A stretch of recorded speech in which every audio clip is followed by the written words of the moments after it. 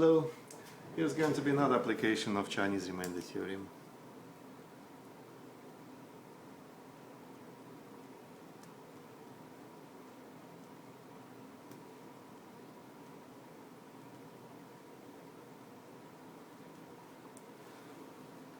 Let's assume that we have three congruences to combine. So say given that x is 1 mod 4, it is remainder 3 mod 7, and it is congruent to 5 mod 9. Again, what is crucial is that my congruences are modulo coprime moduli. And if they are not, they have to be consistent, so we can look at another example later, but let's just do this now. So again, the key step, the trick, is to write x in a special form. So what to do we can do it step by step, of course. We can just use ordinary two congruences case of the Chinese remainder and combine them into one, and then combine them into one with the third. Well, we can do it also in one step. It's probably the same level of involvement, but maybe slightly more compact. So the special shape we want to write our x for combining in one step is the following. We will write the product of, say, the last two, 7 and 9, with some unknown coefficient a. Then we take the product of the first and the last, keep in the middle, so it will be 4 times 9 times some unknown b. And then we just skip the last 9 and we'll have the product of 4 and 7, the two moduli times c. So can be sure that any x is possible to write in this way. So here it's all product. And that is less standard, that is not fitting into our result on the linear Diophantine equations, but it is just in a simple iteration of the result we have. So what can we do, say, with the last two? Factoring 4 out, we have a combination of 9 and 7. Anything can be written as a combination of 9 and 7, they're coprime. So we can write 4, or any multiple of 4, in this form, and having a multiple of 4 and a multiple of 7 times 9 is as good, is also good to write any x, because again 4 and 7 times 9 are coprime. So that is why I can be sure that my unknown x will be among these numbers. So now I just take this shape of x and substitute into the conditions I have and derive some conditions on a and b and c. And so what I know about modulo 4, x modulo 4. So this is all divisible by 4, and I just have 7 times 9, which is 63 copies of a, and that by the condition is congruent to 1 mod 4.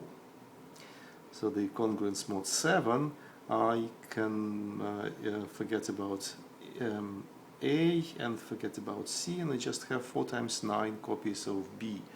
4 times 9 is 36 b, and that is to be matched with 3 mod 7.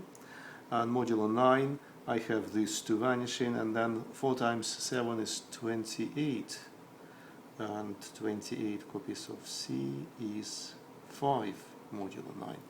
So that is just an equivalent form, having in mind the special shape of x. Well, it's not really special, any x will have such a shape. So now we just need to find a, b and c. That is effectively inverting and multiplying, or yes, well, it depends on the case, but in our cases it just comes down to inverting. Well, first we can simplify 63 down to its remainder modulo 4. So 63 is one step to the left of 64, which is divisible by 4. So 63 is congruent to -1 mod 4, and we can write a as -1. We can also write it as 3, but I will just settle with -1. 36 modulo 7 is also simplifies a lot. So 36 is 35 plus 1. 35 is divisible by 7, so we have just 1. That is a dream case, so B is 3, not 7. And yes, 28 is also congruent to 1, because 28 is 1 plus 27. Sorry. No, modulo 9 I'm looking at. It is 1 indeed, because it is 27, which is 3 times 9 plus 1, so it is congruent to 1. And again, C is immediately known as 5.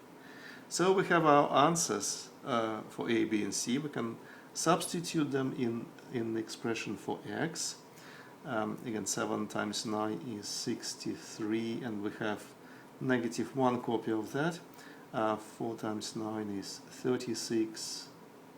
We have to take it 3 times, and then 4 times 7 was 28, and we have to take it 5 times. And then let's compute it. So that is -63 first. So here we have 90 and 18 on top, so 108. And here we have, basically taking 2 out, so we have 14 times 10, 140. So putting them all together, I will take this out of that, so I'll have 48 without 3, 45. On top of 140, so it'll be 185. And yeah, that is unique again, modular, the product of all the moduli involved, 4, 7, and 9, and this product is 252, so that is 28 times 9, which is 28 times 10 without 28, so that is it. And let's just finish with verifying, and this indeed is a solution. So that is in the range of remainders, that is as good as it gets. So I can flip it to the negative, it will get slightly smaller, but not much better looking, so can settle with this. So let's just see that this really fulfills the requirements. Let's look at 185 modulo 4. So modulo 4, it is congruent to well, 180 can be taken, so it is congruent to 5, but 5 is also congruent to 1 modulo 4. So yes, we have the requirement here. 185 modulo 7. So 140 can be taken out, so we'll have 45 left, and then 45 can take 35 out, so we have 10 left. 10 extracting copy of 7 will leave us with 3 mod 7, yes, as expected. And the last to be checked is 185 modulo 9. Well, we can take 180 and be left with 5, and that is what we are given. So yes, it's all fits perfectly. Yeah, we'll stop here. See you later.